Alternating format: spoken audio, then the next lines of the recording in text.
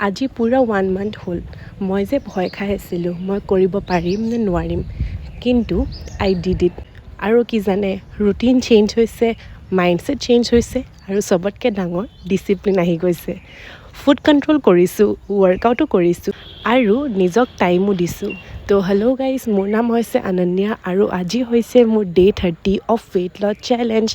আৰু আপোনালোকে মোক কমেণ্ট কৰি আছিলে যে অসমীয়াত ভিডিঅ' দিবাচোন, সেইকাৰণে আজি অসমীয়াতে ভিডিঅ'টো বনাই দিছোঁ। আৰু ডে 1ত মোৰ ৱেইট আছিল 84.8, ডে 30ত হৈছে 80.7।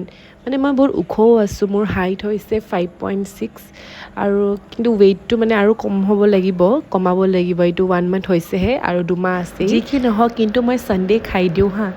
ধৰক কি সকাম থাকে, নাইবা কেতিয়াবা মই ফুৰিব যাওঁ, নাইবা মোৰ ম'ম' খাব ক্ৰেভিংছ হয়, কিন্তু তেতিয়া মই খাই দিওঁ।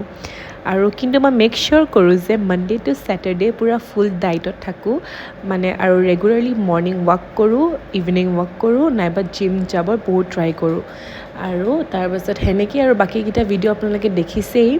আৰু থেংক ইউ মোক ইমান মৰম দিয়াৰ কাৰণে ৱেইট লছৰ ভিডিঅ'বোৰত। মানে বাকীবোৰৰ ভিডিঅ'টো বহুত মৰম দিয়ে, সেইকাৰণে থেংক ইউ ছ' মাছ।